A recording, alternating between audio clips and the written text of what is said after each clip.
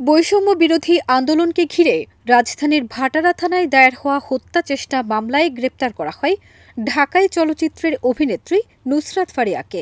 গত ১৮ মে তাকে গ্রেপ্তার করা হয়। অবশেষে ২ দিন পর নায়িকাকে জামিন দিয়েছেন আদালত। ২০ মে ঢাকার চিফ মেট্রোপলিটন ম্যাজিস্ট্রেট আদালতের বিচারক মুস্তাফিজুর রহমান আসামি পক্ষের আবেদন গ্রহণ করে তার জামিন মঞ্জুর করেন। নুসরাত ফারিয়ার আইনজীবী ব্যারিস্টার মোহাম্মদ ইফতেখার হোসেন বিষয়টি নিশ্চিত করে জানান, আদালতের কাছে উপস্থাপিত যুক্তি ও প্রাসঙ্গিক নথিপত্র পর্যালোচনার পর বিচারক জামিনের আদেশ দেন।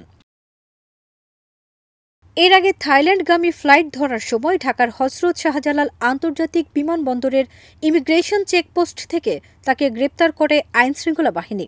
তার বিরুদ্ধে জুলাই গণ অভ্যুত্থানে একটি হত্যা চেষ্টা মামলায় গ্রেপ্তারি পরোয়ানা জারি ছিল।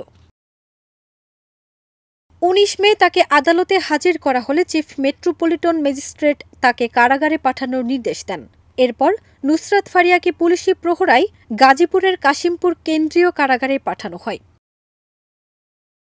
ফারজানা নিকিতা, দেশ রূপান্তর।